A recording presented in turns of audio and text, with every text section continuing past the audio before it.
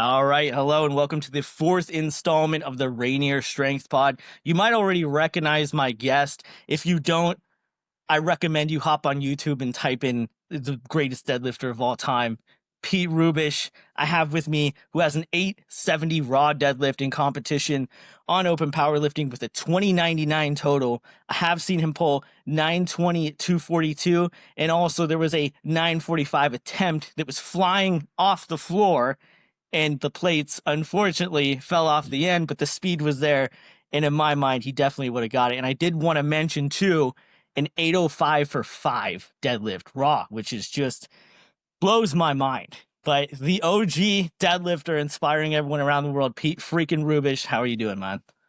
Doing great. Thank you for having me on. Yeah, there's that 945 in particular, I remember everything was just locked in that day and I was hoping when I was going to get that one, but the plates had other ideas. And it was getting to that point where I was having to put all the bands across and everything like that. And it still slid off because I didn't set it up perfectly, but that one I often think about. I'm like, I think that was coming up. Dude, it was coming up so quick, which is crazy, man. Was the 920, was that your best pull? Yes, sir. Yeah, the 920 was, and then it was about a week or two later when I tried the 945 because we had planned that uh, probably about a month in advance, where Nick Wright was flying in from Rhode Island. He lived in Rhode Island at the time, and he was flying into to Tennessee to almost like make a big time video. And he did the same thing with Eric Lillybridge, obviously for a squat.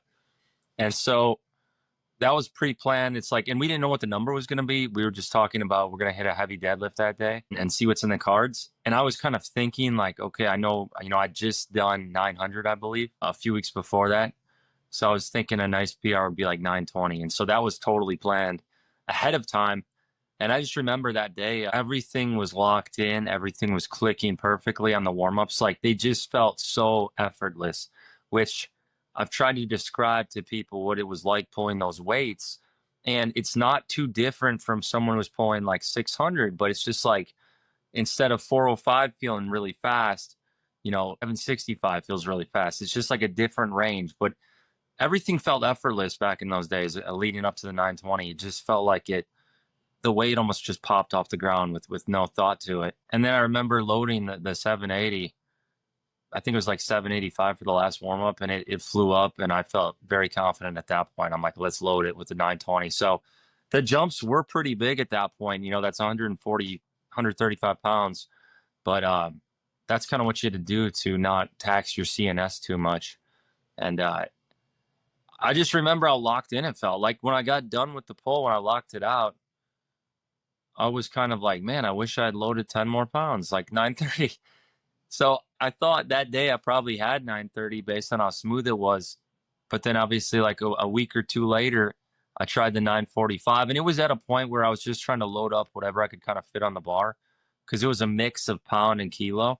So if it had been all calibrated, it would have been a little less, obviously, but there just wasn't enough room. So I'd have to like take the strongest bands I could find and double wrap them around the plates. And then if you got in a bar whip, they'd kind of slide off a bit. And that's what happened on the 945. So, and it's just one of those weights at that weight with 945 pounds, you can't like go in and reattempt it. Like your nervous system doesn't have that in it. You have one shot at it. And if something goes wrong, that's it, because you put so much aggression and like nervous system activation into getting ready for that top set. Like just how you get fired up on your deadlifts. Like I put so much into that it's like there's no way I can retry it. It's like it's not going to happen. So that was unfortunate. You're also trying to time your peak, so it was difficult. I couldn't necessarily go back a week or two later and redo it. It was like I missed the peak, which often happens when you're lifting that heavy of weight. When you're at your max weights, it's like you're trying to time that peak perfectly. That same day, it felt just like the 920. Like the weights felt like they were flying, but unfortunately, the plates flew off. Dude, that was freaking wild. And you had an illustrious powerlifting career, man. I mean, it was really something to behold. You inspired and motivated a ton of people. Still do. I mean, honestly, still do.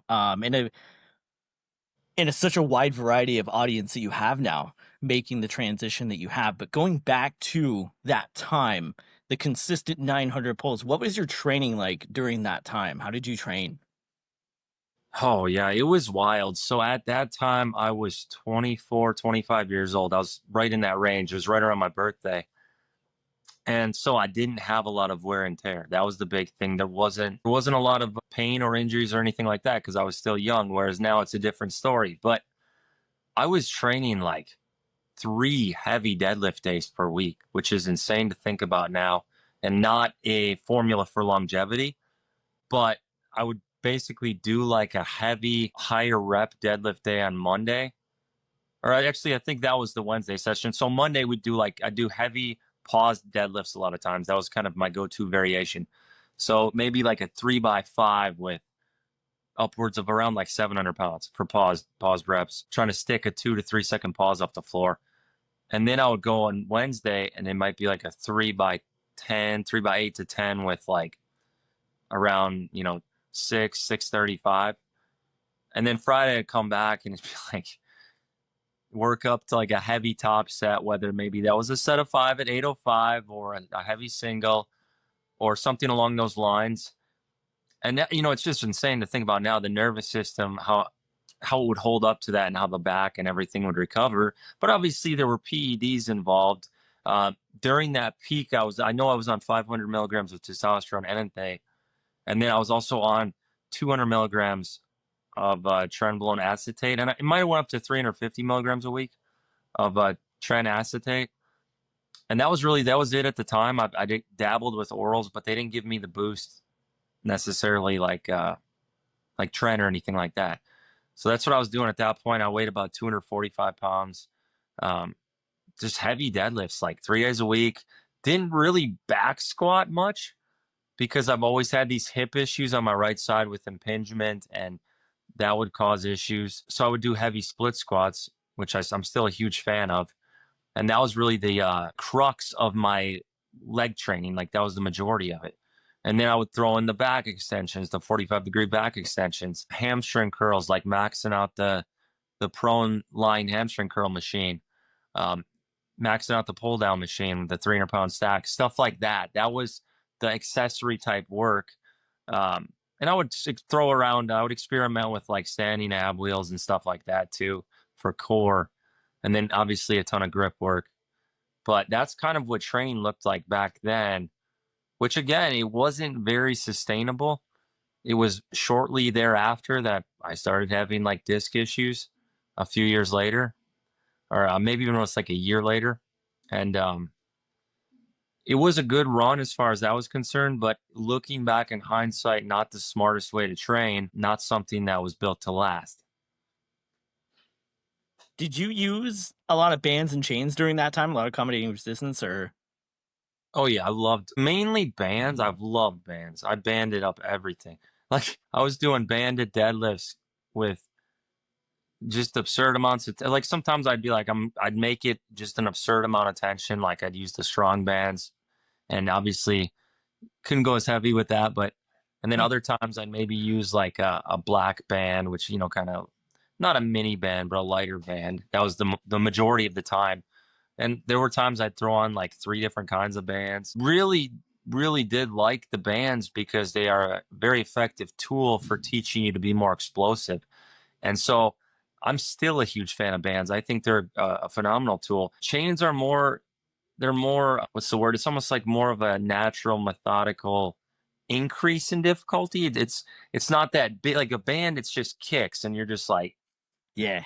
blows you up or you blow it up. So you either Yep. excel so hard through that sticking point that you're much faster. Whereas with chains, it's more of like a gradual thing. So I was I'd use chains, but I wasn't quite as big of a fan of them.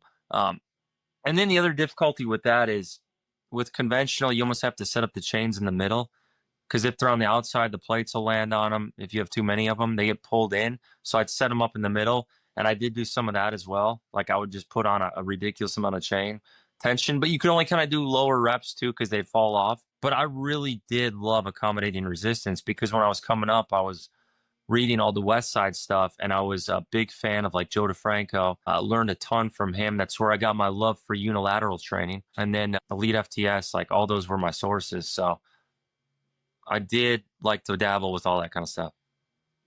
And I'm sure there's still people out there today that are just like redlining their training, just completely tanking their CNS and just kind of not their progress is stagnating a lot. So for you, if you could go back in hindsight, what would you have done differently with your training back then to maximize your performance? Just about everything. Oh, man. Yeah. I don't know. I think about that where I'm like, how would my back be now? Would I still be able to like be pushing? And how much further would I have gotten if I did a lot more sub maximal work where I wasn't pushing every single RPE to 9 and 10? Oh, that was just youth and ignorance and arrogance to an extent. But I think I could have done it so much more efficiently where there would have been much less physical toll on my body, specifically my back, which is what I'm dealing with now. And then I probably would have peaked much higher. Like, the only thing that eats at me really is never securing the 900 competition deadlift. Um, and there was I came close so many dang times that it was like the monkey, I couldn't get off my back. First it was, I tried 400 kilos, 882 in probably at least half a dozen meets. And every single time my calluses would tear from grip just not quite being strong enough. Like I just posted a video a couple days ago from a meet where it was flying up, like 882 was coming up easy. And my hand ripped open like right above the knees. And so that was a bottleneck. And then I switched to hook grip finally at the very end. And I did try 904 in a meet in New Orleans, the biggest crowd I've ever been in front of, really, like outside of the Arnold. It was amazing. It was a huge crowd, and it was a deadlift only meet. I opened at like 832, went to 904, and I just didn't have, like, I got it to my knees and I didn't quite have the strength. It was like a 5 kilo thing. Like if I had tried 893, it probably was locking out, and the grip felt good. So I tried it, but that was the one that I like really think with smarter training and everything, I definitely could have knocked that out. And that's kind of what eats at me now. It's not a matter of, I think there's a big misunderstanding with regards to my training now that I want to clear up because like I don't think people fully understand. I would love to lift heavy. I would love to push heavy deadlifts and squats. I would love to like keep pushing. My back's literally at a point it just won't allow it. Like it's I can bench fine. And I think people attribute it all to being off PEDs. It's been almost 5 years now. Everyone just attributes it to like, I came off PEDs, I lost all my strength. It's like, it's not that cut and dry. It's not. It's, it's because of the back issues first and foremost. Like it really handicaps anything I can do for lower body. And then secondarily to that, I've obviously lost like 50 pounds on purpose. I could still stay at 240 drug free. Like I could. It's more like a lifestyle decision with not wanting to have sleep apnea anymore and like high blood pressure, which I had for my entire 20s. So those two factors, that's why the weights aren't where they're at. Like I can barely train deadlift. It's like I get lucky to get a pull in of any sorts once every like month or two. Like it's just, and squats are almost out of the question with the back issues. So it's very frustrating, and it's like I couldn't push it if I wanted to. Because I think if the back was an issue, I'd very well be in the 700s on deadlift right now. Like I really don't have any doubt about that. So it's one of those things that I know I went off on a tangent a bit, but it kind of that's the trickiest thing. Yeah, no, it's okay, dude. I love tangents. I love elaboration on the questions. Any direction you want to take it, go ahead and take it. But you brought up PEDs, which is something you've been incredibly open about, which is very commendable because not only your openness, but kind of your warnings to the younger generation, to kind of maximize their potential and really wait if that's a decision that they want to make to not make it in their youth, maybe when they're a little bit less educated, more ready to kind of pull the trigger and redline everything outside of that.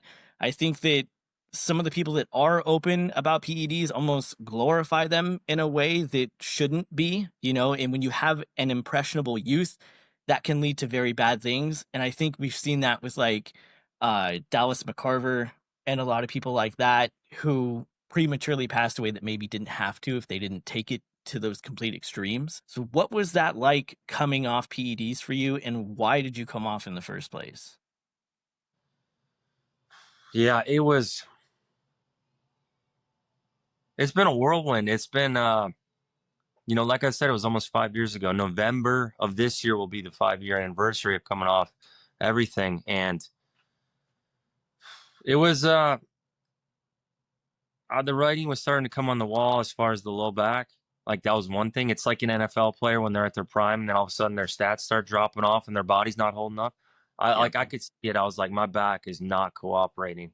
Those last few years, I was really pushing. It was hit or miss with the disc issues in the L4 L5 region. So that was the first thing where I'm like, even if I want to keep going, I don't know how much I can do with the back issues starting to crop up. And now, obviously, where it is now, and that was a thought. And then also, I was right on the cusp of, or I think I just turned 30, and I was like, well, I do want to have a child, and so it didn't look. I know it's possible on testosterone, obviously, and even on cycle, but it didn't look as doable, and so that impacted the decision as well. That was a big part of it, to try to have a child, which we did like 7 months later after coming off.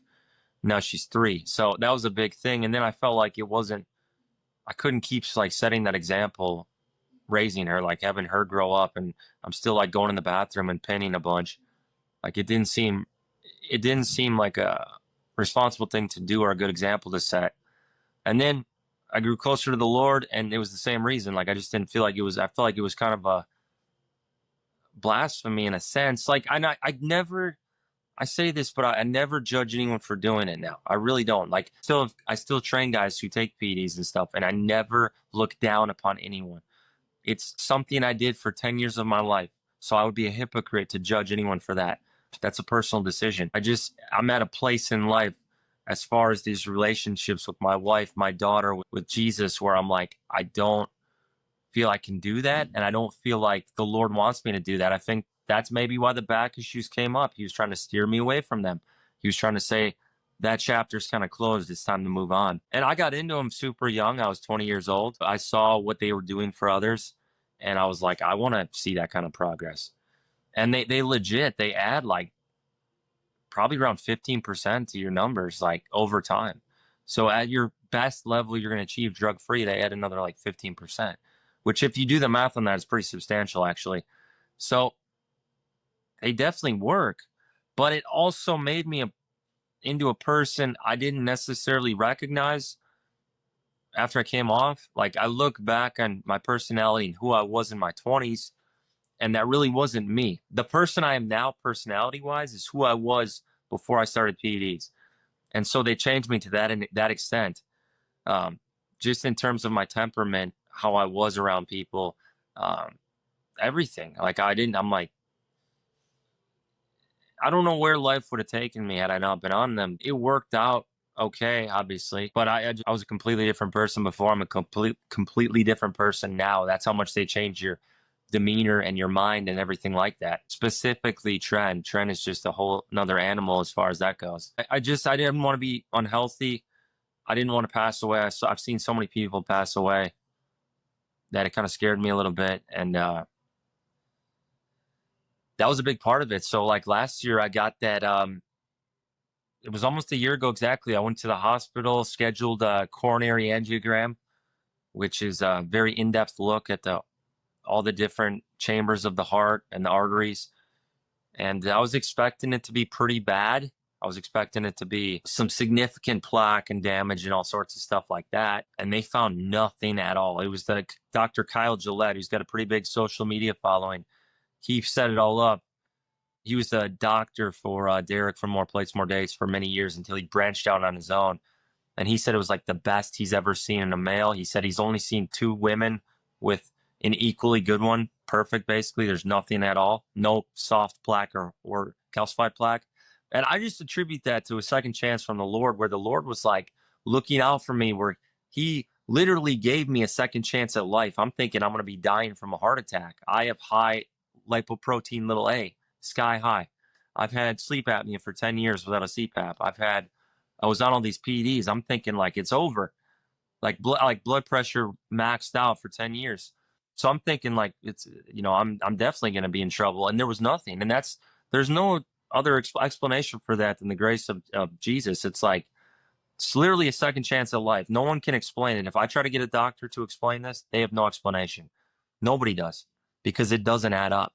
So it's just been cool to see how that's changed. But I definitely think I would, caution anyone against taking PEDs. And I would say if you're a younger guy, like, I would honestly stay away from it. The social media influence is what gets to people, or they go down that route a lot of times, I feel like. Um, but I do think nowadays too, like, people are much more responsible about how they do it. We don't see guys taking as crazy of doses. They're much more smart about monitoring blood work and all that sort of stuff. And so that's like the guys I have now who are doing it. That's what we're doing. It's not as reckless as it was in my time. Yeah.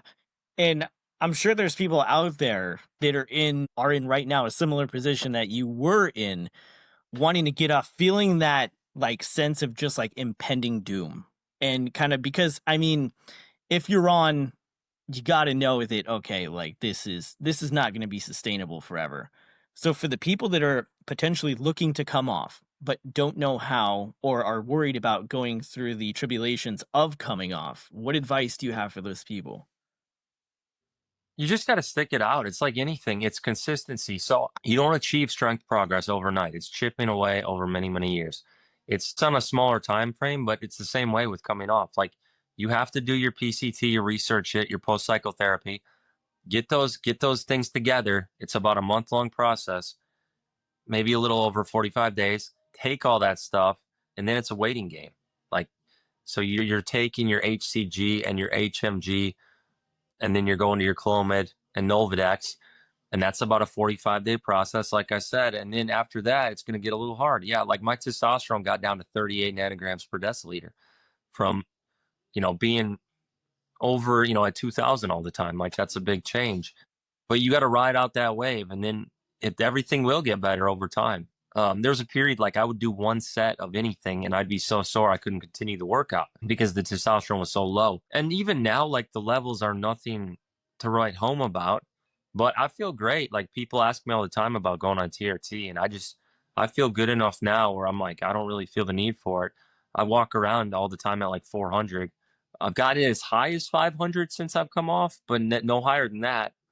And I feel fine on 400. Like, I feel, you can even get to a point where your testosterone levels are so high where your libido becomes a burden. It becomes a vice. It becomes a impediment on your life. And that was definitely a thing, especially on trend. That's exacerbated. I don't want to deal with that. I want to be clear thinking. I don't want to have, that be a problem or anything like that. So that's another point where it's like, I know TRT is all the rage right now, and I understand it. Like, I'm not, it's the same thing. I'm never going to judge anyone for doing that. It's just not for me right now. Like, I've done all that stuff. I'm beyond that now, where I don't want to deal with it. Yeah. And you've been able to pivot into something else, which is running and a lot of cardiovascular conditioning, which obviously for, long-term health is definitely optimal. You did a race, was it the Bighorn? Is that correct? Is it the marathon you did? Yeah. So the Bighorn, that's heck, that was last year. That's a whole nother story. But it's like, there's a couple ways I could go with this that probably need explaining. Like, as I've talked about with the back issues, squat and deadlift are almost off the table right now. Like, it Yeah. drives me nuts. It's gotten, I don't have the back pain in everyday life or running or anything like that, but it's almost at a point where I touch a squat or deadlift and it's just, it's not happening no matter the weight. Um, and I'd love to do those. I would love to do them. Like, that's the thing. The passion's there for them. It's the body's, you know, fighting me on them due to Yeah. these hernia discs and such. Uh, so running was almost like a natural replacement where I was like, I need something to push myself because I still have that drive, but I don't know what to apply it to outside of bench. I'm like, I can bench, I can do heavy split squats, but it's not the same. Like they're Yeah. hitting a lifter squat is like a different thing almost. It feels so good. So it's like I needed something else. And so this was very hard. Like running, it's always, even an easy run sucks. Like it's very difficult. So it pushes me, makes me better, makes me more mentally dialed in, so to speak. And that's kind of why I do it. So I sought out these other challenges. I've long wanted to have a bucket list of like, I don't have an extensive bucket list, but one of it was just running a 100-mile race in the mountains. So Bighorn in Wyoming, it's in around Dayton, Wyoming, right on the Montana border in the Bighorn Mountains, obviously. That was kind of the natural thought. Like I've always had an affinity to Wyoming. I love it. And so I wanted to go out there, and that was the one I lined up, and I trained my butt off. I trained so hard. Like I don't think I could have trained harder.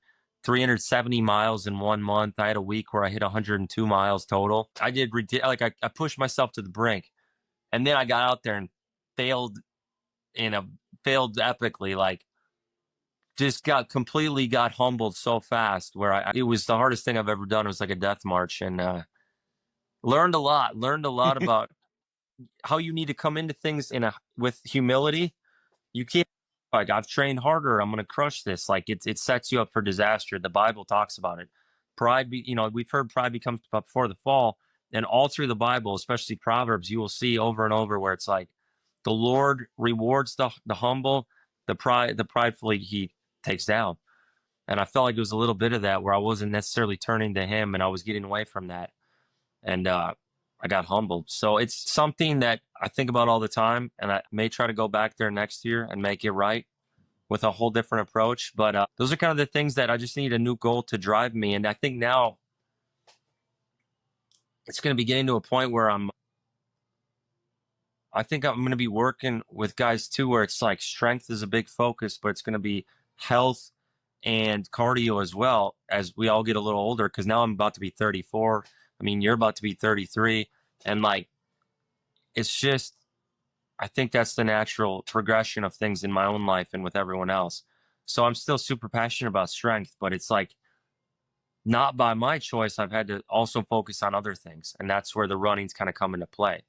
So it's just a new challenge and gives me something where I feel like it is positive. It's going to help with longevity, with family, all that sort of stuff. It just adds to it all. I still strength train. I just bench today and stuff like that. But Are you planning on with your back flaring up so bad with the squat and the deadlift, even though strength isn't necessarily a priority for you right now, just because it's kind of been forced out? Have you ever thought about doing like a bench only meet or anything like that, or still being involved in powerlifting at all besides the coaching aspect as a competitor? yeah, I think what happens, so we do some meets around here where I'm always coaching so many people from the gym, like helping with their attempts, that it makes it to where I can't really compete myself. But I've done some push pull the last couple of years, and I just think with bench only, my bench is semi mediocre right now to the point I'm like, I'm not really entertaining that idea, and that's a Yeah. byproduct of the weight loss. Um, I was quite happy with it. Was September. I benched 353 at 217, and I was pretty happy with that. Um, and I had done 393 at 238 pounds, also drug free, like 2 or 3 years ago, and I was happy with those numbers. But now that I'm like 200 pounds, it's like bench has absolutely gotten annihilated. And I'm almost doing more bodybuilding esque training where it's higher rep, very efficient and quick. So my bench is nothing to write home about. Uh, and that's kind of the tricky thing because I think if deadlift were on the cards, it would still be very respectable Yeah. given longer arms and all that sort of thing. Yep. Yeah, you have your business owner in multiple capacities with the coaching, with the gym. When did you open your gym and what motivated you to do that? Because that's a really common thing that I've seen with competitors where they will go into that venture of either coaching or actually opening their own gym with that. I think is super sick. Yeah. And I think one more thing I should touch on with the last point. Yeah. Bench is so proportional to body weight. It's not even funny. Like if you lose weight and lean down, your bench gets annihilated. There's no way around Hmm. it. Especially if, as you lean down, you're making a conscious decision like my bench is going to take a hit. You have to live with that because it's so leverage dependent on having a thicker chest. Dan Green touched on that on Table Talk. Like, it's entirely true. The more upper body mass you have, the better your bench is. So if you're trying to like really lean down or whatever, your bench just gets annihilated. So does squat. So those are Yeah. things you have to be ready for. But back on the topic of like the gym, so that was entirely my wife. Like, she had managed, let me see if I can actually text her for a second. Am I still there? Yeah, man. I'm trying to, my 3-year-old's been like crying. I'm trying to get my wife. No worries, dude. Family comes first. Yeah. Hey, Kelly, Summer's been awake for a while. Thank you, sir. No No, worries, brother. she's waking up. She woke up from her nap. She's crying like crazy. So, uh, Poor little thing. but the gym was Kelly's idea. My wife, she had like managed another gym, the gym that I kind of came up in where I was training really heavy. And there was a falling out there. So she had to go off on her own. So we started this. And it's a very small facility, 3,600 square feet. But it's like an entirely different community. Like, I wouldn't say it's hardcore or anything like that, but we have probably about 90 members, and it's like she does a lot of group training. She does a lot of takes everybody through like a powerlifting program type thing. So we get people who have never lifted before, and they start getting into the squat, bench, and deadlift, and they absolutely love it, and they start competing. That's why we bring a bunch of people to meets. So I only actually personally coach uh, one person from here, but I help at meets with helping with their attempts and stuff. So Kelly's actually coaching a lot of the women here. We're primarily a more women. We have a lot of men too, but it's probably like a 75 women, 25 men split. And so we've got combo racks, we've got dumbbells up to like 100. So we don't have a ton of equipment, but we try to create this environment where it's like we know every single person on a first name basis easily who comes in the door. It's like a very personal thing. My my daughter's running around, our dog Atlas, 8-year-old Belgian Malinois, she's running around all the time. Everybody loves her. Like, it's just a different vibe.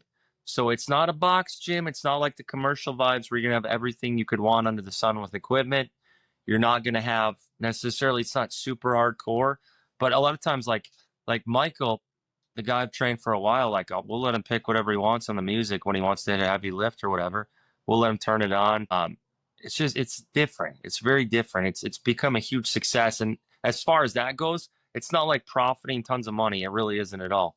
That's gym owner life is like that, where it's like your profits aren't tremendous in a lot of cases, unless you really blow up the enrollment numbers. Like when you're in that point where you have 400 plus members, you can start turning some decent money. But if you're smaller than that, it's really hard to profit. But it's all the credit to my wife. Like, she does all of the management here and everything. I train a couple people in person, but other than that, it's all my online stuff that you're very familiar with, which I've been doing for 11 years now.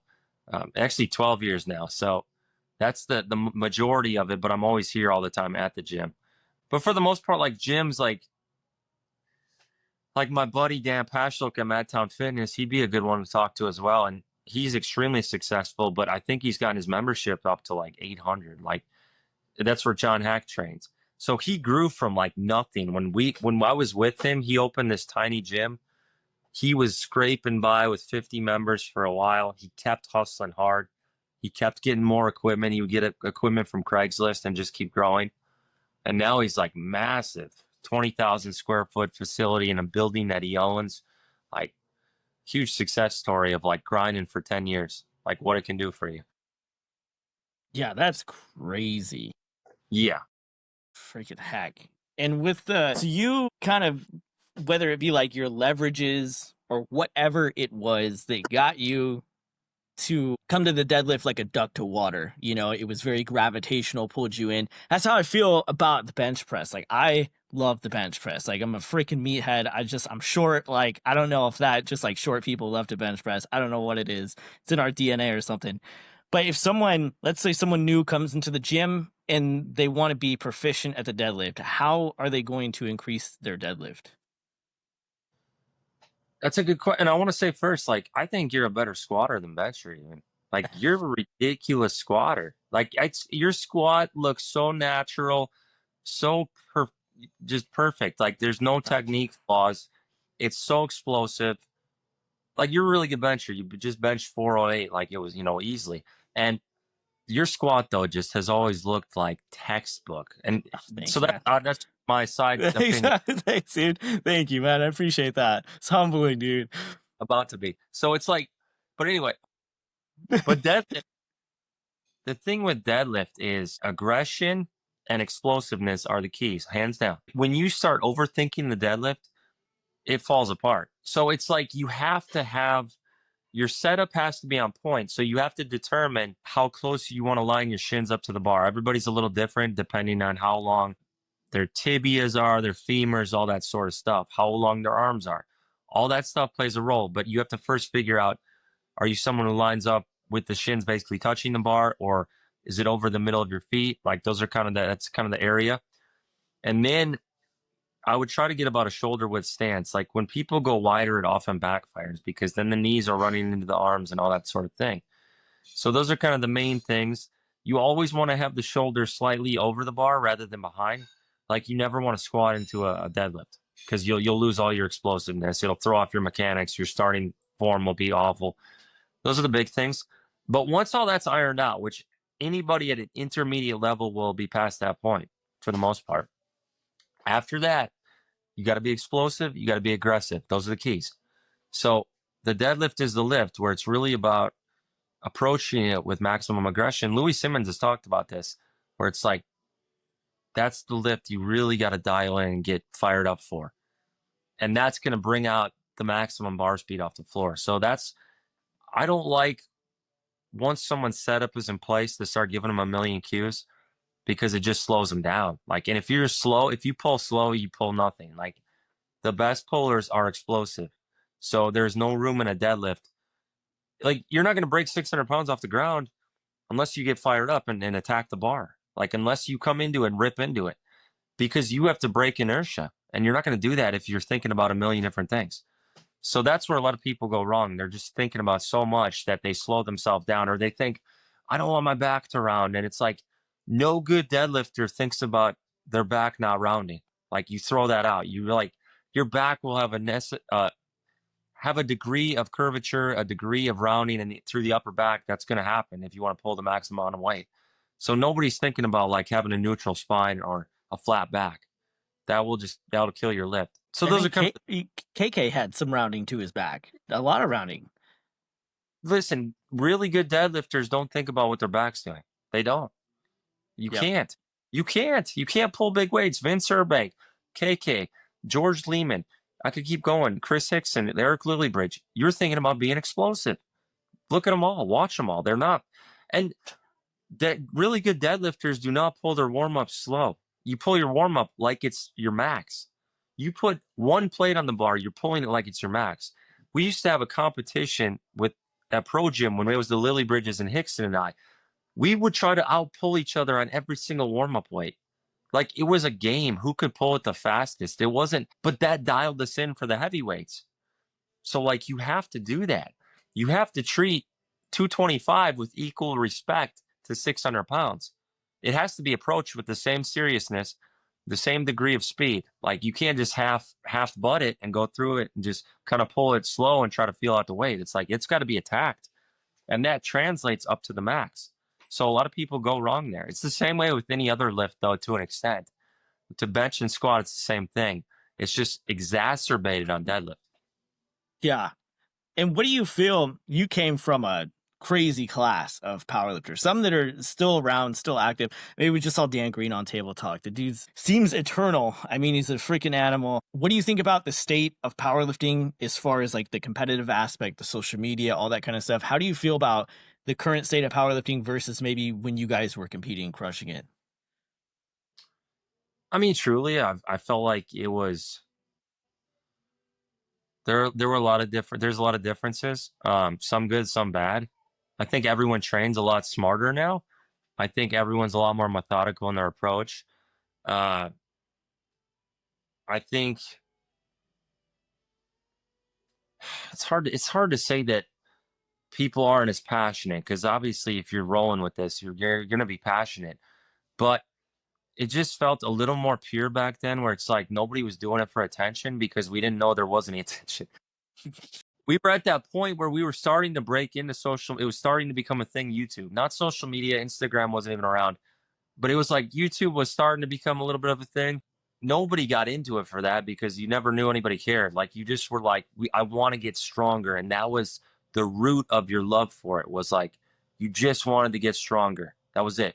It was so simplistic. You didn't know there were going to be any eyeballs, so to speak. And now it's like you kind of expect that once you get to a certain level of strength. So I question the motives of like everyone as far as that goes. But if you're good at it, I get where you'd want to push that. But the training was also much more reckless, whereas now there's so much information, there's so many coaches and such, that there's really no excuses for anyone to be training in a reckless manner. And that was less of a thing back then. It wasn't that thing. You could have in-person coaches at certain gyms, like maybe like Sean Frankel's gym, Big Iron Gym, like those kind of gyms, you maybe have an in-person coach, but outside of that, there was nothing. Same with PEDs. Like, everyone was way more reckless back then as far as what they were taking, how long, health, that kind of stuff. So there's been some bad things, but obviously we're seeing like people are getting stronger and stronger now. It's really pushing the envelope of even lifts we thought, 10 years ago would be impossible. Yeah, absolutely. And you are known for definitely being a huge conventional puller, but I swear I saw a video of you pulling sumo on YouTube. What was the gravitational pull for you to pull conventional versus sumo? Because there's a lot of debate online nowadays where you're like, sumo sucks, I hate it. But then you see someone, like I mentioned before, like Dan Green, who pulls sumo and then goes and pulls 900 pounds conventional beltless. And it's like, you can't argue with that. Like, you just can't. Those are the most impressive guys, where they can do both like equally. And you don't see that very often. People can pull equal amounts at both weights, which Dan Green's like the one off of that. Because even someone like Jamal Bronner's not going to pull as much conventional as sumo, but Dan's like almost identical. For me, sumo really wasn't much of a thing when I started. Like, it wasn't. It was out there, but it was like maybe 2 out of 10 guys at a meet would do it, or 1 out of 10. Like, it wasn't really common. I grew up, I was doing UPA meets around 2010 in Iowa, in Dubuque, with the Lily Bridges at Bill Carpenter's meets. And it just wasn't really a thing. Like, no one talked about it. It wasn't really done. It was almost its own thing. So conventional is what I grew up doing, and I loved it. It felt like such a raw, aggressive lift. Later on, when sumo started to blossom more around like 2015, it just never felt natural to me. And especially with my hip impingement issues, it was like impossible to get the amount of external rotation to like open my hips up and wedge myself down to get that. It just never clicked. It never clicked in the same manner. So I never really pushed it. But for me, it's obviously always been tougher because it just doesn't feel anywhere near as explosive, and I can't figure out the hip mobility for it, which is almost similar to trap bar. Trap bar, I'm almost worse at, because it just is like a different quad dominant type of thing, whereas a lot of people are better at it. So I don't know. Everybody's different. I wouldn't necessarily say one's easier or not, but we definitely see where, depending on the individual, there's usually one that's pretty clearly easier. Yeah, for So sure. everybody's different, but so I'm not gonna hate on it, but it just wasn't a thing back in the 2010 era. It really Yeah. wasn't. I Yeah, and think, it's a very controversial thing too, but I think when you see those extremes where, like, even on the bench press, when you have someone that has an excessive arch and the range of motion is like 2 inches, it's like, it's off-putting to, yeah. people that might want to get into the sport, and they're like, this is powerlifting? Like, really? I mean, it looks stupid. Like, it looks dumb, right? Well, it's like, I thought it was hilarious when Dan said on Table Talk, this last one, he was like, "No one is arching their way to a 600-pound bench," and I'm like, right. I'm like, right. You get up to an extent when you're in those lighter weight classes using the maxed out wide grip, and you're arching, tremendously, but like the really top end numbers, it's not a thing. So I think there is a definite point to that. That's why I still think, no matter what people pull sumo now or whatever, even in, conventional. I'm like, the most impressive deadlift is the 940 by KK. Like, beltless conventional 939 deadlift. Like, that's insane, Yeah. people. That's insane. Yeah. That's probably the most impressive deadlift of all time. I can't even think. I mean, without a freaking belt, 940, like, goodness gracious. Yeah. Yeah, he was crazy. Then he would shout, "This is my fucking belt," and point at his stomach. It was fucking crazy, dude. It was awesome. But that was, in my opinion, like more of the glory days of powerlifting.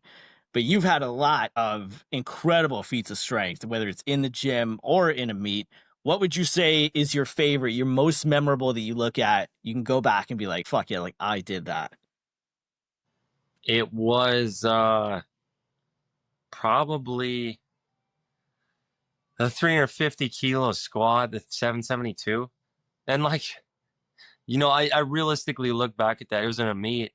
I look back at that and I'm like, yeah, probably could get red lighted by a lot of people. But because it wasn't the cleanest lift. Like, I wasn't, you could say, well, you didn't, your knees were maybe a little soft before you started the lift, and they were maybe a little soft on the lockout, and you maybe didn't have your torso vertical enough. And like, there's a lot of things where I'm like, you can pick that apart.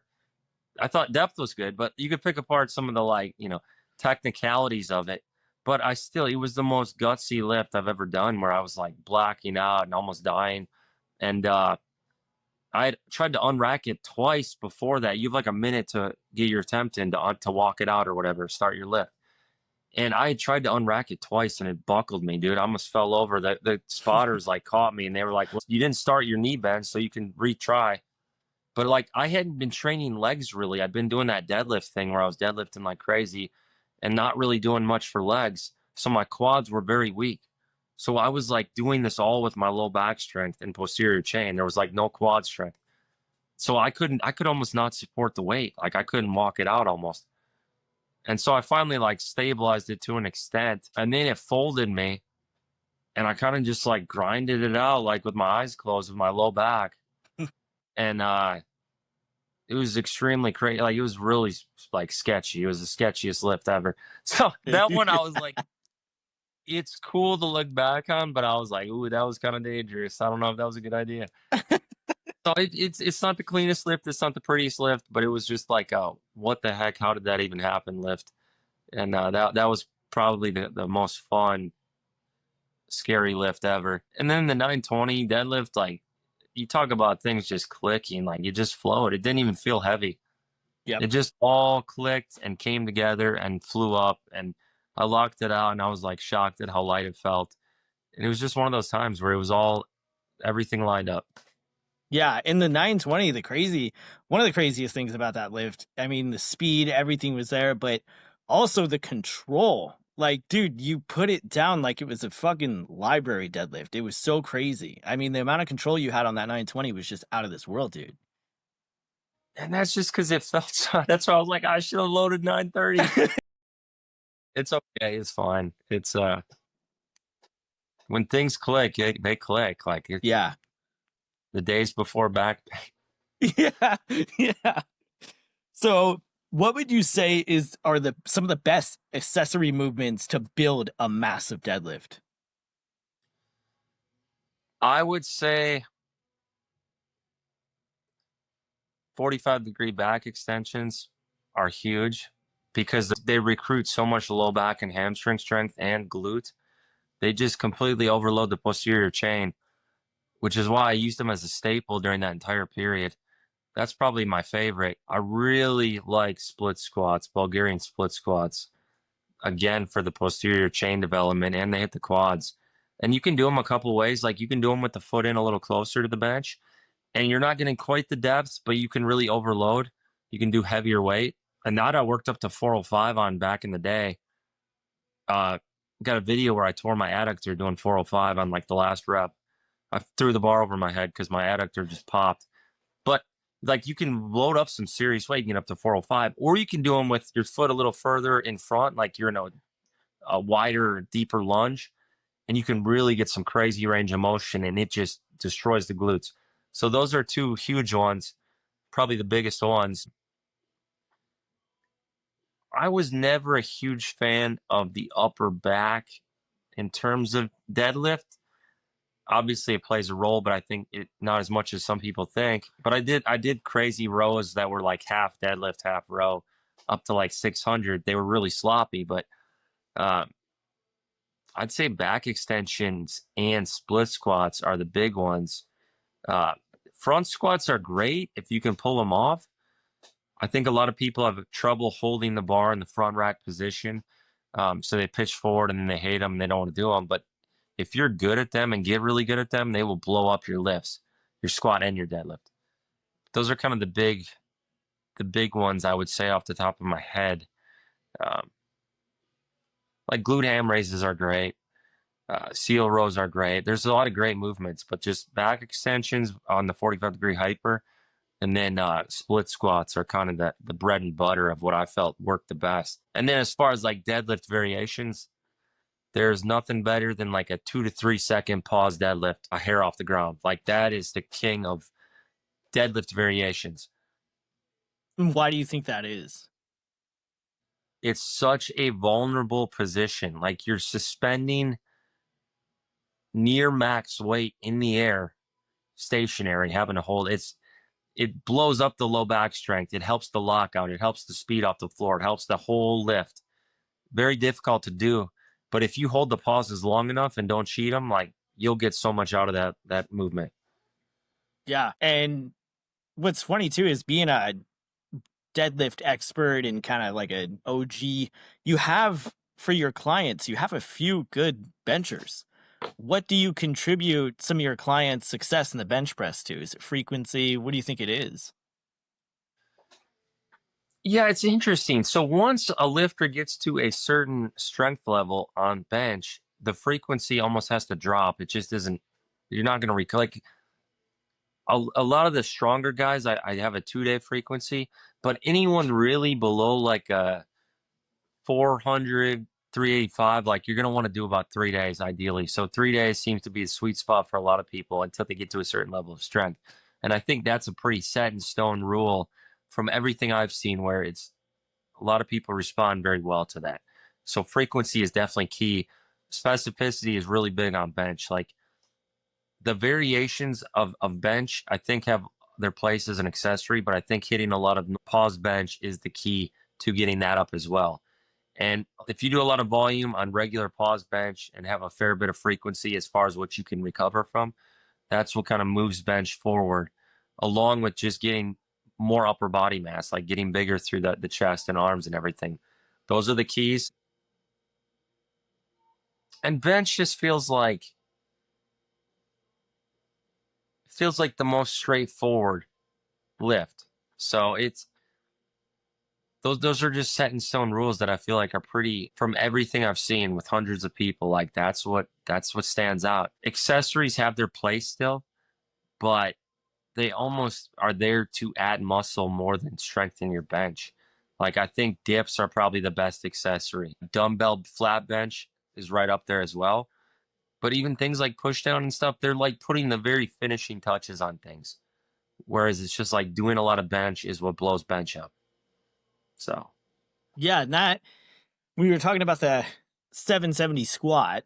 I remember seeing a video of you from Mark Bell's meet where you weren't wearing any knee support. There was no sleeves, there was no wraps, there was nothing.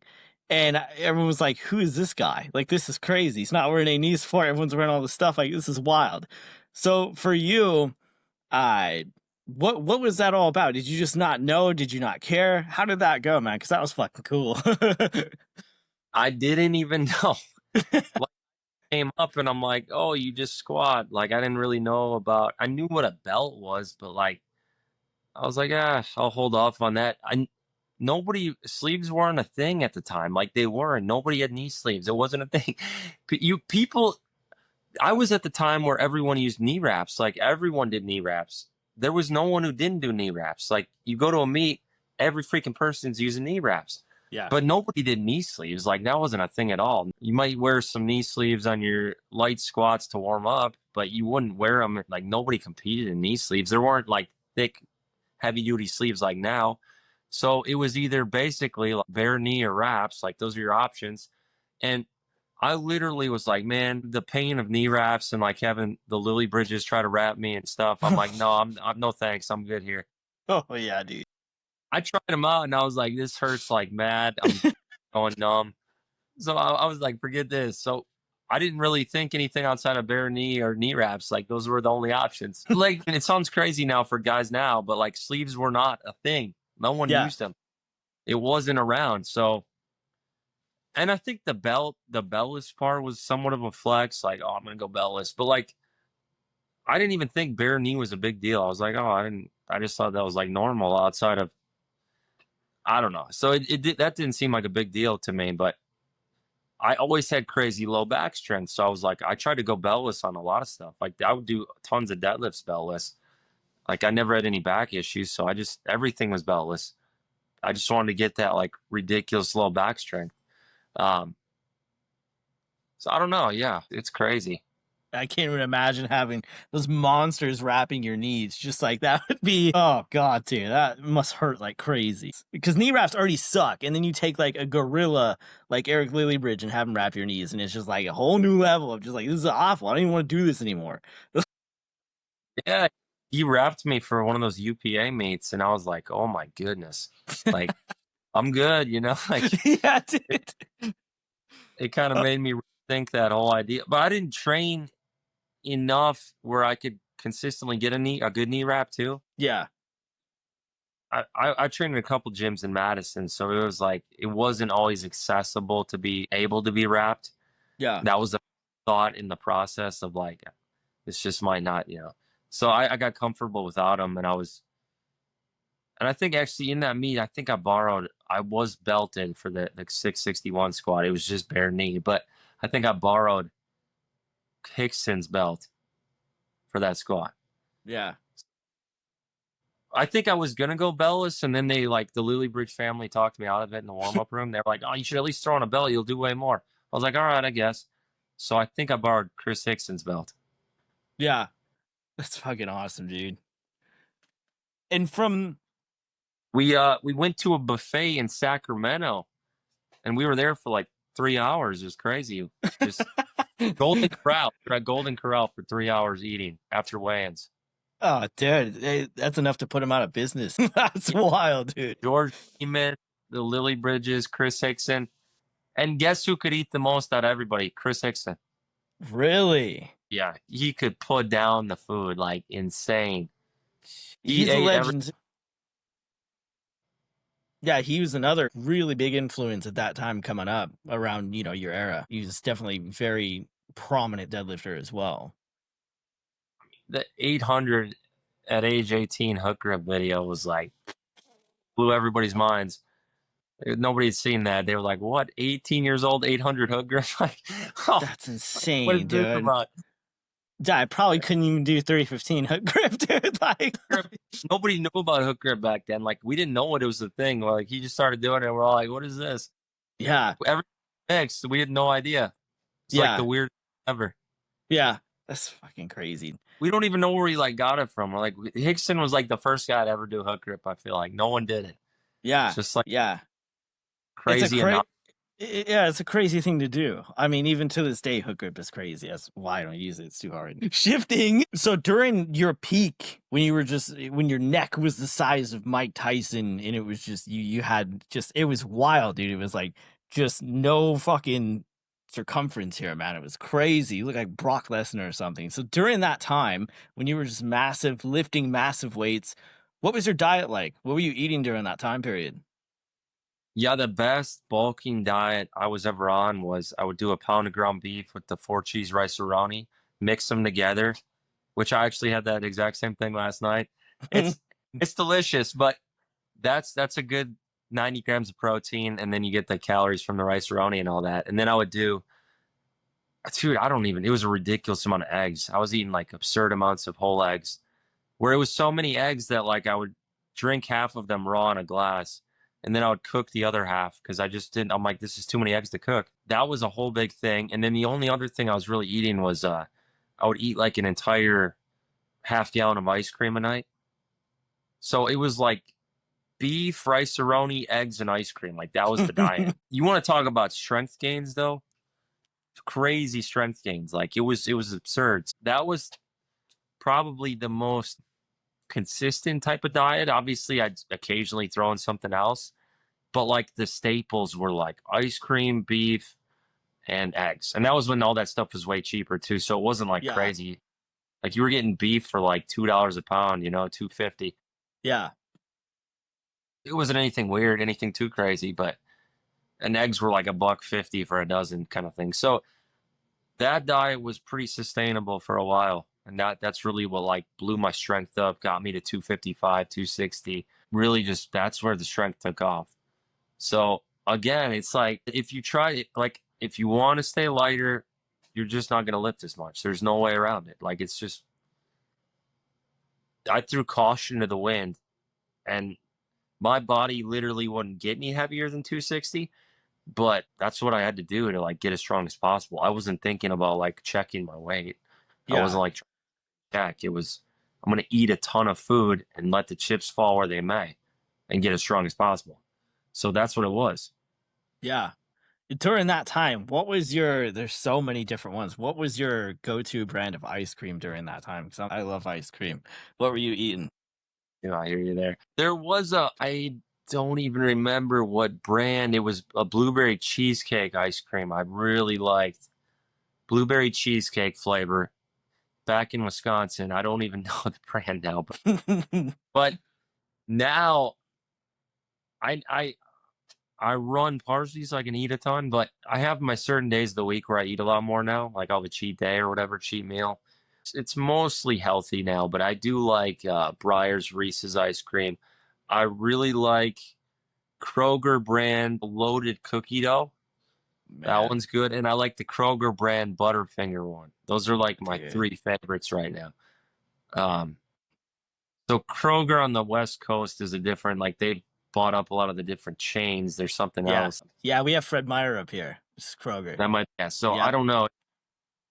Those are really good. Yeah. I do like, Oh yeah, dude. Me freaking too. What how did your diet change from your top competing days versus until now? Because you're really lean right now. I mean, I've seen pictures, that you've posted in your videos, even you can see you're pretty freaking lean, dude. yeah, I eat a lot less. Like I eat way less during the course of the day. That's the big thing. Like the protein intake is way lower. And I'll just, once I get to a point where I feel so glycogen depleted that I'm like, my runs are going terribly and I have no energy, I'll kind of like have a bulk day, a binge type day. And not really, not binging, but I'll eat a lot. Like that day could be the rice-a-roni and beef, a whole thing of like Dots pretzels, and then some ice cream, like something like that, maybe some donuts. But other than that, it's like I eat chicken breast sandwiches with tomato and mayo. Like that's every day. I have like two of those. I have oatmeal packets, bananas for preventing kidney stones to an extent because they make your urine more basic. And then in the evening could be, I mean, I don't eat, I've cut back the amount like drastically. That's the big thing. That's why I've gotten down to 200 because I don't want to get too heavy because it slows me down. And I can't deadlift heavy really, so there's not a lot of Yeah. motivation to get like super heavy. But a lot of chicken breast sandwiches with tomato and mayo now. Like that's my favorite thing now, Yeah. which is pretty clean. So it's like that's a big go-to. And then bananas every day for sure, every day on those. And oatmeal packets like apple cinnamon. So it's just way less protein, way less food. Yeah. And that keeps, and then along with the amount of calories you're burning running 30 miles a week, which is about the baseline. And then if I'm training for a marathon or something, I could get it upwards of 70, 80 miles a week at a peak, which is like 9, 10 hours of running. But usually it's only like 4.5 hours a week of running about 30 miles. Yeah. Yeah, and you look so much younger. I mean, you posted picture comparison. It was like a few years in between, but I mean, you have taken, whether it's coming off PEDs, weight loss, whatever, you have taken years off of your appearance. Simply also by the weight loss alone. I know I'm like 220 right now, heaviest I've ever been. When I'm 170, I look much better, much younger. But there's a lot of that, like you can see it in your face with a lot of the weight loss. Yes, and the motivation is not even from a physique standpoint. It's more from a I have to be lighter to like be fast. I want to be Mhm. like, I want the best I can possibly be at anything. Like, so this marathon, I did the Knoxville Marathon in April. I would place 48th out of 733, like pretty dang high, you know. And it's like Dang. I can't do that if I'm carrying around a lot of extra like body weight. So I try to get as lean as possible. And I was still 200 pounds that day, but if I get up to 220, even I'm way slower. It's harder, and I want to knock this bighorn goal out. Like this thing eats at me. It's like it's the monkey on my back. Like I want to do it, and it was so freaking hard. It was insane. It was insane. It was so hard. It was the hardest thing. Like just an absolute beatdown over and over. Heat, cold, snow, knee-high mud, nothing, constant rocks on the trail. Your feet were destroyed from blisters. You could barely walk. Uh, having to getting basically poisoning myself with stream water, having to go to the bathroom constantly, fatigue, like knee pain, just every possible discomfort you could experience all in the course of one day. So it's like I want to go back into that game and beat the game.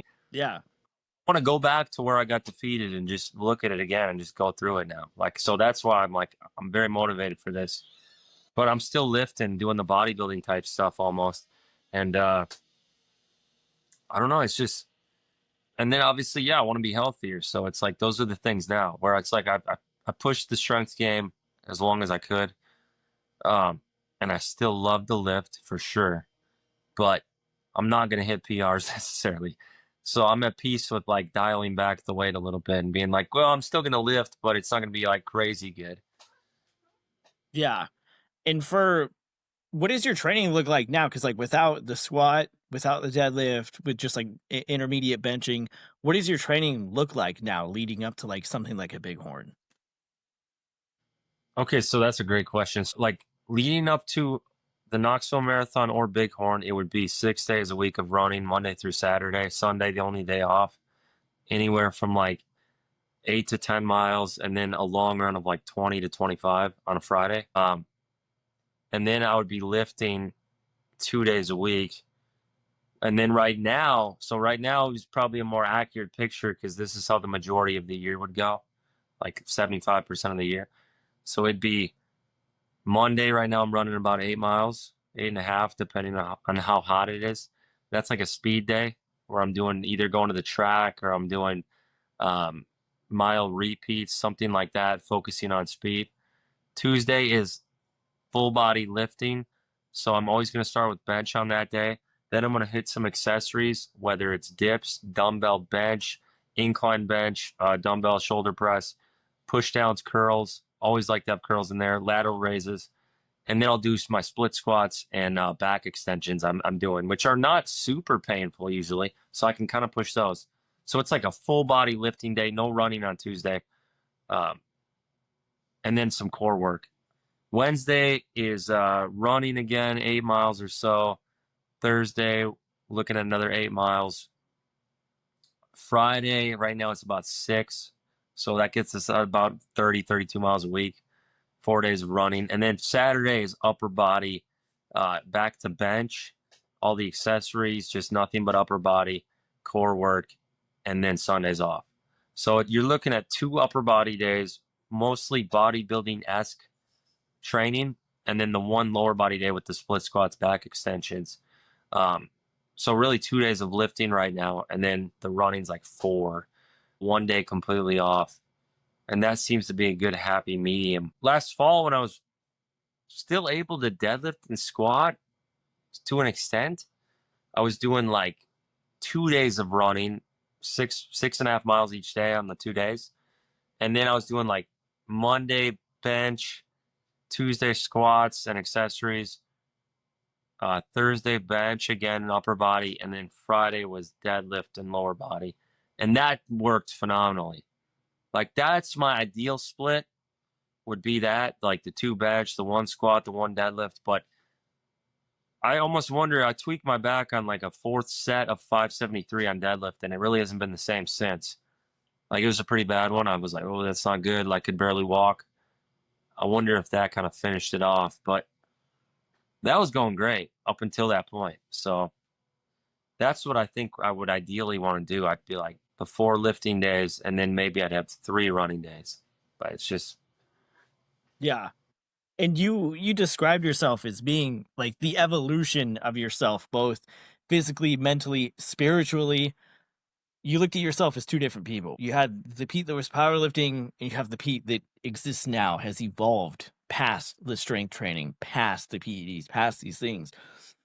Now, your mindset has to be completely different when you were going into a meet. You're about to rip this heavy deadlift off the ground. You're getting psyched up. You got all these substances flowing through you. You're ready to go. Versus when you get ready for the Knoxville Marathon or like a Bighorn or something like that. What is your mental acuity like? What's the variance there in the mindset versus running and the powerlifting? powerlifting, I would always, as the meet would get closer, typically feel, I mean, it's all encompassing. Like, I feel like no matter the goal, it gets to an extent where I'm trying to get better about this. I don't want it to be quite all encompassing. I don't want it to like take over my life where I can't appreciate the present. So that's a big part of it. But it was like that. Like, everything was about that meet day. And I would feel pretty unhealthy because I was taking so many PEDs at the time. I'd load them like 2 weeks before the meet, a week or two. But it was a very, going into the meet, I had my earbuds in. I'd be in the zone. I really didn't like to talk to people on meet day. I liked to put my earbuds in, put my head down, and it was almost like a caged lion. Like, I walked around, like I felt so aggressive. I was ready to just crush these weights. So obviously, like with a race, you're like relaxed. You're not really like at all. You feel a lot of butterflies, the adrenaline spiking just as high as it was for powerlifting, but you're not intense. You got to like space it out too. You got to pace yourself on the energy and all that. So that part's different. The adrenaline's the same, but there's not obviously the intensity and aggression that you would channel into a day of heavy lifting, like a meet. That's probably the biggest change. I still get equally nervous butterflies about, oh my gosh, we're about to try this. So that part's still there, the competitive aspect of it. Yeah, that makes sense. Did you have any like particular method that you use to deal with that like pre-meet anxiety or pre-run anxiety? Do you have anything specific that you use or call upon to deal with that, or do you just kind of head down, go through it?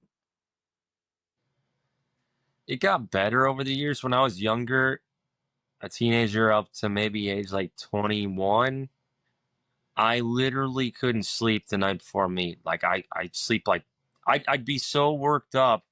I couldn't fall asleep till 3 a.m. I'd sleep like 3 hours and I'd be completely exhausted going into the meet because of the anxiety. Like, and then that just started to somewhat go away and get better, and I could sleep just fine the night before.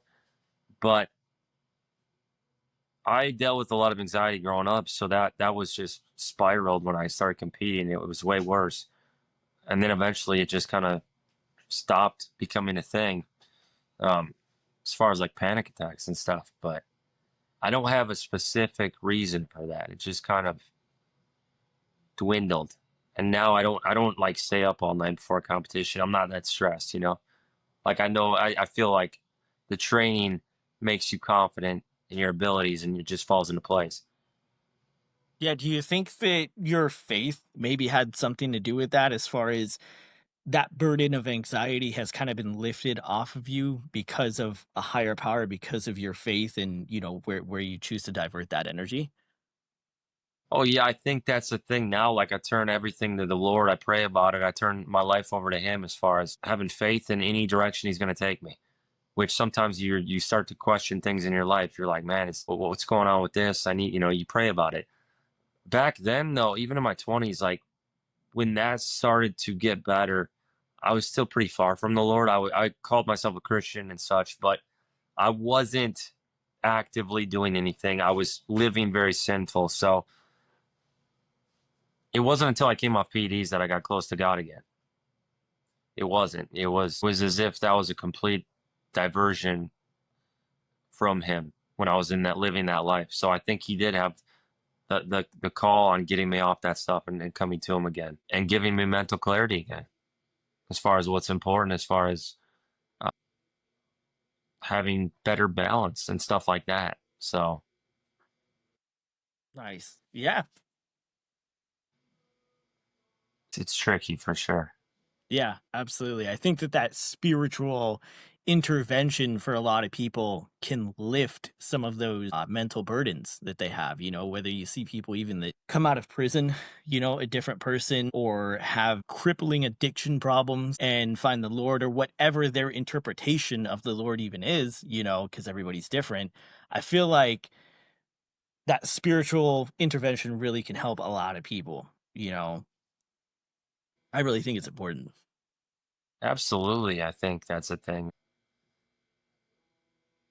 I think it's just being willing to turn it over to him and let him guide the way. So that's where I'm at now. I mean, I'd rather be deadlifting than running, but Yeah. it's just if this is his will and the back's not going to cooperate, and so to speak, it's you know I'm rolling with it, but I'm trusting it. Yeah, yeah. Did you experiment with any sprinting or anything that was like kind of more of a fast twitch fiber recruitment before the marathon running? Because your deadlifts were just so explosive. I mean, none of them that I saw ever really looked like grinders. So a lot of that explosiveness could lead more to like sprinting 40s, things like that. Did you ever experiment with anything like that? The closest I've come in training, I it was at the end of like I tried a mile PR. No, it was after my I think it was after a 5K PR I did at the track. So it was at the very end of the workout. Most of my training needs to be in the 800 meters and up for speed work. Like you can occasionally do 400 repeats, but most of it's like 800 meters or longer, upwards of like a mile. Or you can do like tempo days where you're doing 3 miles very fast at a time. So I didn't do a lot of the like shorter 100, 200. I never really trained that stuff. I recall doing one 400-meter at the end of a workout where I was like, okay, I did all my main work, and I think I was around like a 105, but that was about that's the most I've pushed, and you could even argue that's towing the line of endurance versus pure speed because 100, 200 is more of that, but that's about the fastest like normal sprinting kind of thing I've done Yeah. was that 400. That's about the main. Uh, I don't know. I think I'd be close to like a 60 second 400 right now if I went all out. I think I Yeah. could probably do a minute 400, but I just don't really, it doesn't apply like in that sense to what I'm trying to do. Just for fun though, it'd be cool. Like Yeah. I'd love to work my mile down to like 540 ish would be Yep. like for this year. 'Cause it's It's at like 6, quick. 604 at the end of a workout is what I hit once. Back in, it was at the very end. I was just like, I'm going to try. And it wasn't all out. It was like a 604. So I think I'm in that. I could be close to that, but Yeah. I know there's probably some fat boy powerlifters like me listening to that and going, man, I'm sweating just thinking about that number. That's crazy, man. oh, yeah. That's crazy, dude. If someone were to come to you, a competitor were to come to you and say, Pete, how often should I be deadlifting heavy a week? Let's call heavy 85% and above. How often can I do that and get away with it, still make progress? Every few weeks. I mean, Yeah. I wouldn't be. Most of your training should be relatively submaximal. Um, RP 8 or less. That stuff has its time and its place, but it definitely shouldn't be like every single week, in my opinion, which I used to do. So like it's like skill, and then there's the better way, the optimal way, or Yeah. there's I should say there's ideal, and then there's just doing whatever you feel like. You want to keep the RPs a little lower most of the time, because just from the standpoint of how taxing it is on the nervous system, bench is the least taxing, but even that, if you're always grinding stuff out, it's like, and deadlift is the most taxing. So I wouldn't try to dip into that range too often, but it definitely has its time and place every few Yeah. weeks. Yeah. And did you ever mess around at all with a deadlift suit or anything like that during your time? No, I didn't. More from the standpoint of I didn't know how time consuming it would be to like put that stuff on. And I didn't have help a lot of times to get the straps down and all that sort of stuff. So I didn't. I heard it helps more with the power off the floor, I believe, is what I was told. But I don't have a lot of experience. I've been around guys who use it, Yeah. very good pullers, but nothing I ever tried myself. Yeah. I was very minimalist with training in the beginning. Like I would just, that's why I didn't use a belt even. I just wanted to Yeah. go in, knock this stuff out until I really felt like I needed it. Yeah. So it mainly beltless training without, never used wrist straps in the beginning. Didn't even like know how to use them. Just bare minimum. And Squat is were about it. yeah. And we know that there's definitely a correlation with the weight fluctuations with bench press, squat, and Oh, whatnot. Would you say it's the same with the deadlift? Would you say you notice personally, whether you or your clients with weight fluctuations, deadlift goes up or down? maybe to a lesser extent. I feel like in general, if body weight goes down, it's very difficult to get stronger. So you have to accept, you have to come to terms and be at peace with you might not be as strong, and that's okay, but you're still going to try to get as strong as you can at the lighter weight. Deadlift is impacted far less, but still impacted. Still impacted, just not to the degree, not to the percentage that, say, a squat and bench are. Yeah. Those 100%. It never fails, that correlation where weight goes down, bench goes down. You can't expect to have a really good bench when you're rather spindly. Like Yeah. it's not gonna happen. There- The leverages are way different. I'm spindly compared to how I used to be. It's like it's not the same. It Yeah. looks so different. It doesn't even look like the same lift almost now. It's just that's 100% a thing. So deadlift's impacted, just not to that extent. Yeah. And what, if any, role did supplements play in your prime? Were you taking any like creatine, protein, amino acids, anything like that in addition to Oh, it, or was it just blasting stuff? I was like, I don't need supplements. I'm taking the real supplements. I never took anything that was like, and I'm like, man, how much would that have helped if I mean, I'm like, if I would have had creatine and been serious about my protein intake and BCAAs and vitamin D, and like, I just like, I don't need any of that. I'm taking Tren, you know? So I didn't take any supplements back then. I was just like, I don't need that. I got the real stuff. But I think it really would have helped because I'm sure I was like deficient, had like some hormone imbalances. And I just kind of like glossed over, like, who needs that? So, Yeah. Yeah. That's awesome. So on Table Talk, Ryan Kennelly had a crazy Tren story, and what kind of came to heads of him stop using Tren. Do you have any type of crazy either Tren or just in general PED stories where you look back and you're like, oh, that was wild? yeah, I mean, I've had Tren cough many times where you would inject and immediately start coughing violently. Like you had to get on the floor coughing so violently, and it lasts for like a minute. And because you kind of feel this metallic taste in your throat, and then it just starts like you start just coughing like you're dying. Uh, Tren was just like signing your life over to Satan almost. Like it was like I know it's not okay, and I know there's people who it doesn't necessarily affect to that extent, but you just get so irritable and angry and evil almost. Like man, it just changes your brain. Like for real, it changes your freaking brain chemistry. Like unlike any other PED, other PEDs, there's some effects obviously, but not like that. Not like you become a different uh, person. Like trends, like you become a different person.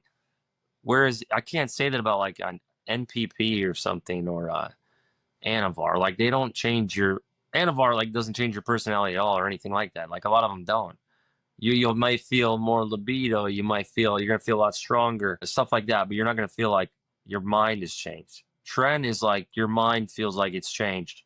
The entire way you think, your everything's changed. You feel super hyper aggressive walking around. Like, I don't know, man. It made me crazy paranoid. It just all sorts of bad things.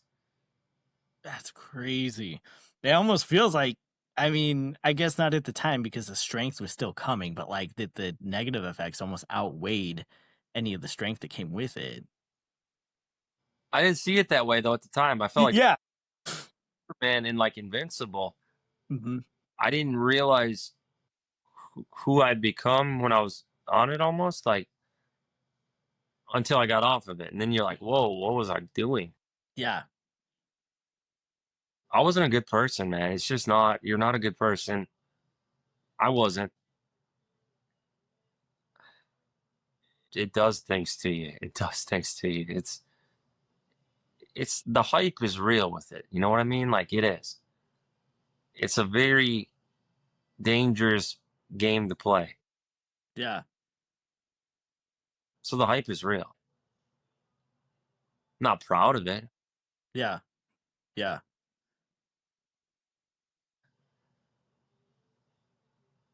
Yeah, I don't know, man. I was a bouncer on it, like a doorman. Mhm. Also, it just gave me like complete hot head, um, paranoia. You're never gonna sustain a relationship taking it very long. You might get away with it for a couple weeks, maybe, but like no one's gonna be in a relationship with you if you're on it for a sustained period of time. Impossible. Like truly. It's just it's not good. It's not good. Terrible for your health too, obviously. Most dramatic effects on lipids, most dramatic effect on blood pressure, most dramatic effect on kidney functions, more than the other ones. I don't know. Like Anavar, like I felt ridiculously strong with no side effects. Like no, Yeah. like you would blood work a little, but like you feel amazing. You don't feel any bad changes, and like the strength was absurd. Yeah. So they're all different. Yeah. Anadrol did not for me. Like everything is different, but I never actually stacked Anavar and Tren because I thought Anavar was weak, and then I tried it at the end, and I was like, wow, this stuff is insane. Um, so I wonder had I stacked Tren and Anavar at the same time, I'm like, man, the strength cans would have been nutty. But that's hindsight. I'm not meant for that path now, you know? Yeah. Absolutely. Definitely. When you, is a question that I've asked a few other people. When you were in your prime, just completely bottlenecked, Pete Rubish, if you could train with someone that was also in their prime, alive or who's passed away, who would it be and why? You're both in your prime. KK, Konstantin Yeah. Konstantinov. He messaged me once on Instagram, and that was it. We talked, but then he passed away, and I still am a little unclear on what the cause of death was, but Yeah. I've heard varying things. But he was probably the one I looked up to most outside of. I also looked up to Dan Green. I looked up to the Lily Bridges, but KK for sure was very influential, you know, on my lifting, and like that would have been amazing. So that's the first person that came to mind for sure. I'm trying to think like more modern day. Just because he's so chill, I think we'd get along like Jesus Oliveras, maybe. We get along pretty good. I don't know. Yeah. That's probably my answer on that one. Yeah. KK was awesome, man. And it's crazy too because he has like kind of for me the Kennelly effect where it's like not only are his lifts gargantuan, but he looks like he's gonna step on a bodybuilding stage any day now. Insane, like insane back. The back Yeah. was like nothing I've ever seen. Dan Green's kind of like that though. He's just like you see him in person, you're like, what the actual heck? He's huge. Yeah. Yeah. He's just been like forever jacked. It's ridiculous. It's like And it's no so weak. crazy. His back, his leg, everything. He's jacked out of his mind. Yeah. Yeah, I mean the amounts of dense muscle that that dude has reminds me of Well, like a Dorian Yates. the other one And we were so desensitized, we didn't think anything of it. Eric Lilliebridge's traps were insane, dude. Like, I was around him so much, I just was like, it's normal. But like, the traps were insane. Yeah. Insane. Yeah. Like that, dude, I don't even, it was insane. But I just didn't think anything of it because I see him all the time. I'm like, yeah, it's fine. Yeah. Yeah. Right. That's just Eric, It's like, No, like that was insane. His traps were like mountains. Like, yeah. gosh. Yeah. That's awesome. One more here for you. When you were competing, what motivated you? Was it getting bigger numbers for yourself? Was it beating other people? Like Mark Bell speaks about having his hit list. He had these people that he had to get off the hit list and he's crossed it off out of his mind. Completely awesome. But then you have someone like Dave Tate who said, I don't care if I don't win the meet. I'm trying to get PRs. I'm trying to set the new standard for myself. Oh yeah, I'm definitely the latter, like Dave Tate. I didn't know anybody. I didn't look at anybody. I was like, I just want to get PRs every meet. So I never paid attention to anyone. The only actually, well, there were two competitive times where it was a friendly but serious competition, and it was on deadlift with Chris Hickson and George Lehman. Like those are the two people in my entire life that I've actually competed against, where I was like, we want to beat each other so bad, but we're also friends. So like, don't make the mistake. Like we're friends and cordial, but we're just as serious about wanting to be stronger than the other one at deadlift. And it was like that with Chris and with George, and that was it. Yeah. Outside of that, meets, I didn't freaking care. Like I wasn't looking at who was doing the meet or anything. I paid zero attention to that. So it was just on the one lift, deadlift, and only with Chris Hickson and George Lehman. Those were 100% competitive. Um, but also we got along great. So it Yeah. was like a kind of. Outside of that, though, no, I'm not competing with any. I never competed with anybody. Yeah. Never thought. Never. Yeah. Nothing. Yeah. Like was so. And I think that's a good approach to just try to get stronger yourself. But you might have a training partner where you're like, it's competitive, and that's okay.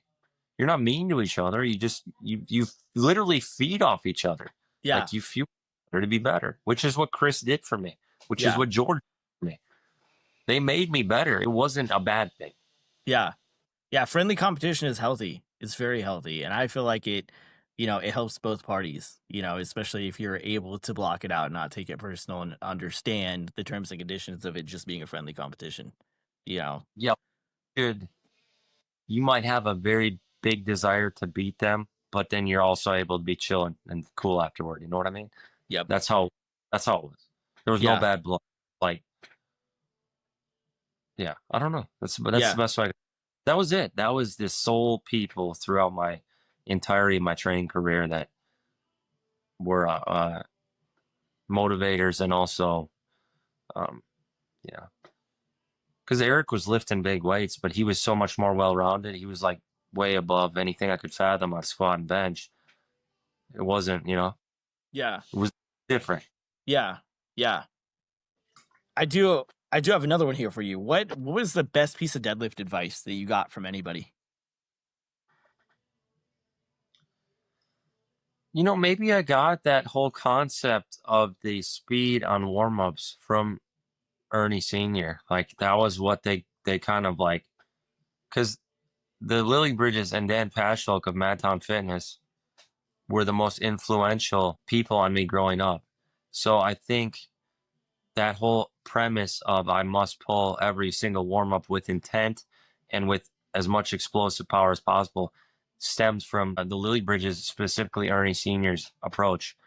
And that's stuck my whole life. Like the best deadlifters do not lift slow warm ups. Like you pull fast with hyper aggression, no matter the weight.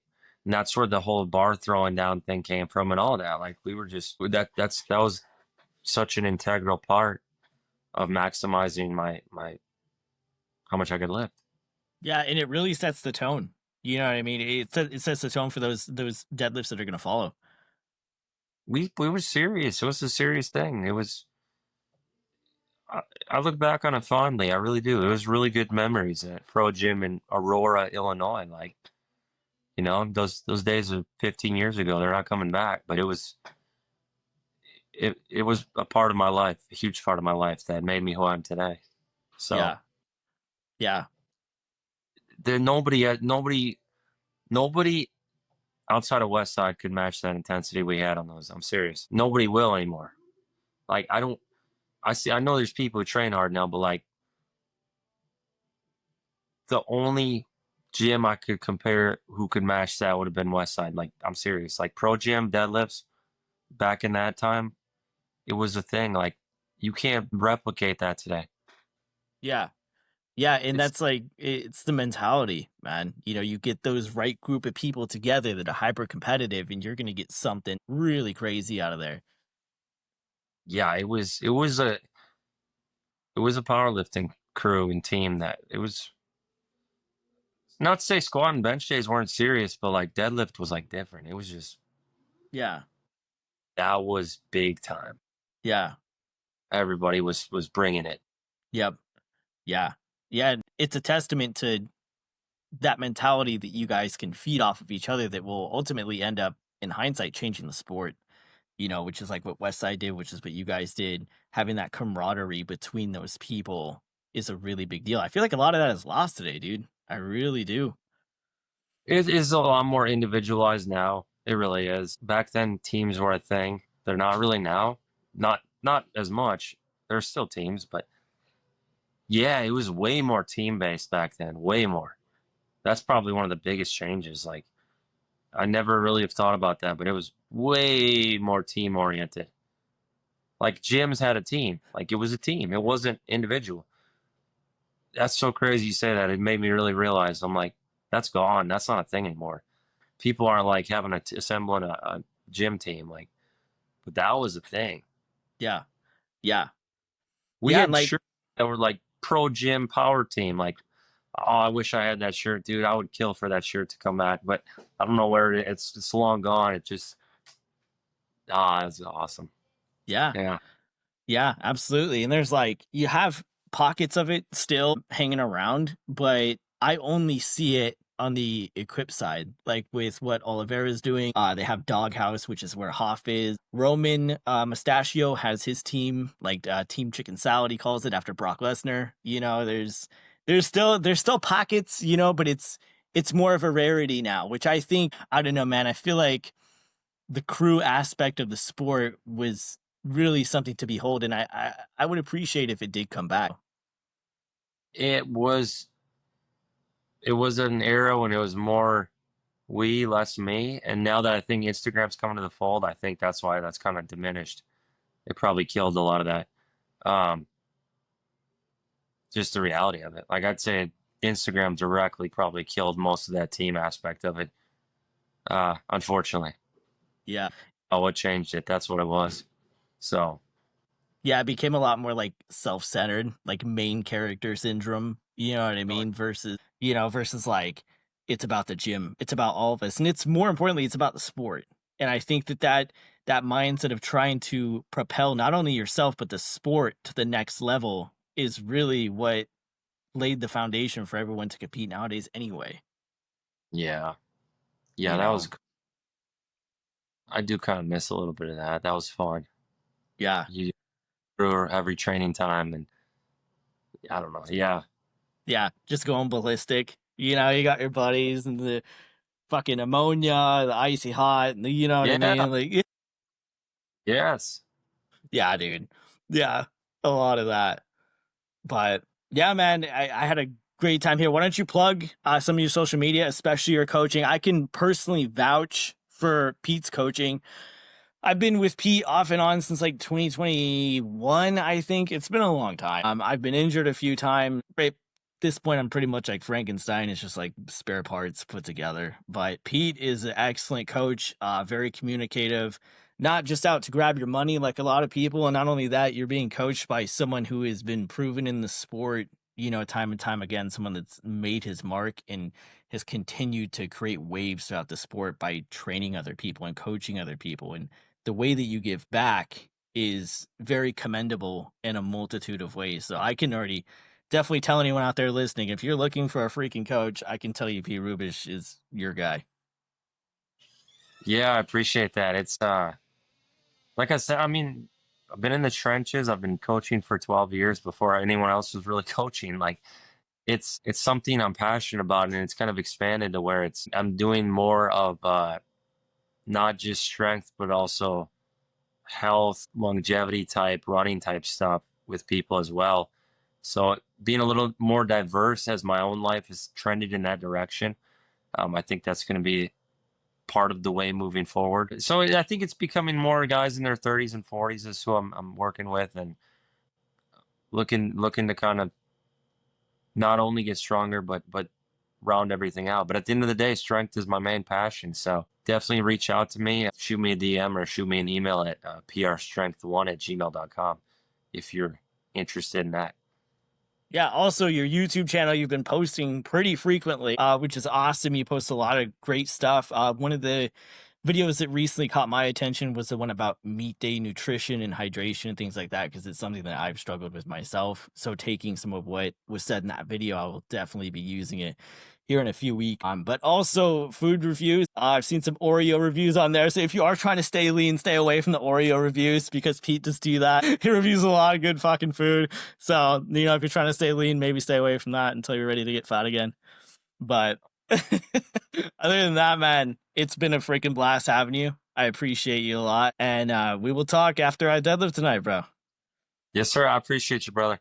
Awesome. Thanks, Pete. It's reconnecting. No, I appreciate you, man. That was really good. It was a lot of